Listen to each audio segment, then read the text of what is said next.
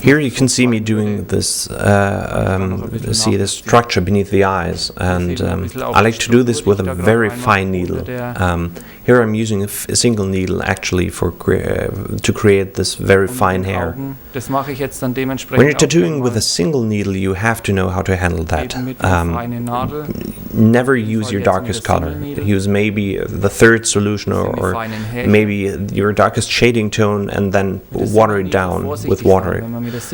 So never use a pure black when you're working with a single needle, because you really have to be careful not to create a line, for example, that gets blurred later on. So if you're using the darkest color, maybe instead of fine hair, in the end you'll get just fat dots that, well, look plain ugly.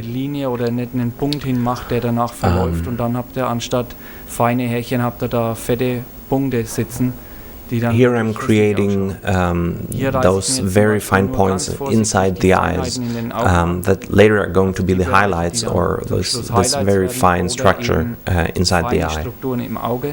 And of course the hair, eyelashes, eyebrows.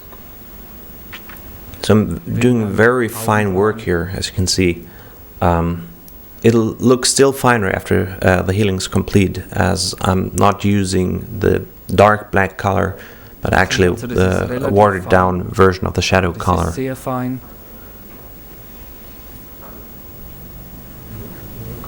Und wird auch noch feiner, wenn es dann verheilt ist, weil es ja eben kein richtiges Schwarz ist, das man da benutzt. Sondern letztendlich nur verdünnte schwarze Farbe oder verdünnte Schattenfarbe. I'm always careful not to do straight lines. That's the same case when you're doing the ears. 99% of the time I'm using a magnum to do just fine outlines. If you use liner needles to draw lines, you easily get a very distinct straight line that sticks out of like a foreign body and doesn't really look like it's part of the face. It doesn't look natural.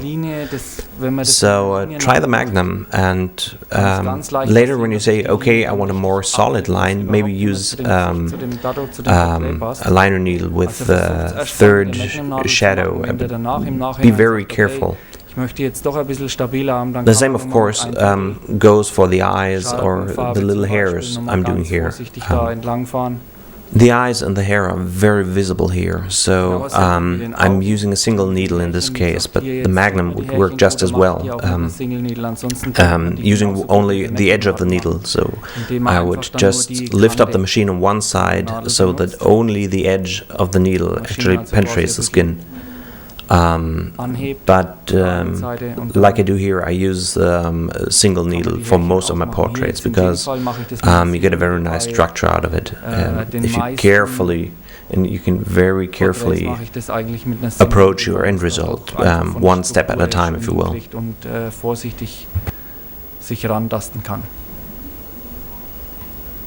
Here I'm using a 5-liner, maybe a 7-liner. It doesn't really matter because the size differences aren't that grave. So you can use whatever works for you. This actually looks like a 7-liner. As you can see here, I'm doing the eyes like I would do the lines using a pen. So I'm moving back and forth. I'm not doing any straight lines. This is very, very important. I can't stress this enough. I'm shading this one little step at a time, and with very careful movements, using only the third solution. So I'm going very, very slowly here. If you want it darker later on, of course you can use black, but you shouldn't really use the darkest black. Only if you want like the upper line above the eyes here. Here you can use your darkest black to get, well, just more contrasty line above the eye. And of course for the pupils. As you can see, I'm always using circular movements. I'm being very, very careful so that you so that I avoid having a black bar inside the eyes. Vorne nicht, aber hinten rum. But I'm trying for a much more natural look. Kleinen kreisigen Bewegungen. And it's also okay if your eyelashes and the eyes itself look a little fringy. That's just natural, because if you look at a real eye, you get this fringy look, and it actually looks better than very clear lines. Unless, of course, you have a picture that has those very straight, unnatural lines, like a woman's portrait, for example, who uses a lot of makeup. But in this case, straight lines just wouldn't look natural. Dann ist es eigentlich eher gut. Es sei denn, man hat Bilder, da ist es so. Bei sehr klaren Frauenbildern, die dann geschminkt sind, da hat man das teilweise schon, aber hier jetzt in dem Fall eben nicht. Auch dann das Auge selbst vorsichtig mit der Seamer Liner anschattieren, ganz vorsichtig. Die Linien noch ein bisschen nachziehen, die man dann ein bisschen dunkler haben will, oder die Übergänge.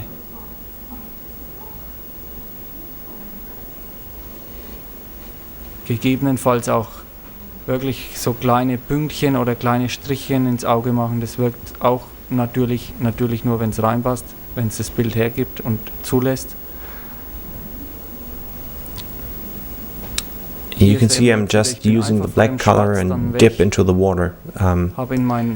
And I'm now very carefully shading the eye from the inside to the outside. Well, actually, inside to outside isn't really right. I'm actually going from the deepest part, starting at the deepest part, so that you get this very round shape of the eyeball. Damit man einfach die Rundung erhält im Auge selber.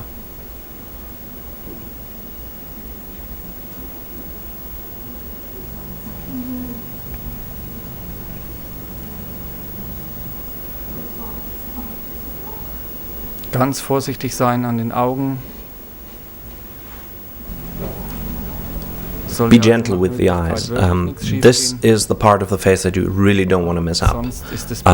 If you do, the picture is going to be damaged beyond repair, because the eyes are just integral to the face, and that's why you have to take your time. This is the most important, the most important part of your portrait. It's also very important not to lose your patience. So you need to stay concentrated and focused until the very end. Take a break if you like, if you notice that you get stuck. When you're doing a portrait, you usually go for 5 or 6 hours in a row. So take 1 or maybe 2 breaks within that time, because sooner or later you're going to lose your eye for detail, because you're stuck too deep inside your own picture. Then you will start forgetting details, or you will start making areas darker that wouldn't even have needed it. Sachen, die man so nimmer gesehen hätte, und irgendwann hat man sich so festgefressen an einem Bild, dass dann meistens irgendwelche Sachen fehlen oder dass man irgendwo irgendwas mehr schattiert, was gar nicht mehr gebraucht hätte. Here you can see me doing the outside of the eye with the liner needle. I'm using this to get structure into the picture, which is visible on the original photocopy. I use the liner needle here to just get things darker. Personally, I generally do prefer darker tones, for the very simple reason that I can be sure that the portrait is going to look good in 4, 5, maybe 6 years down the road. Wie es dann nach ein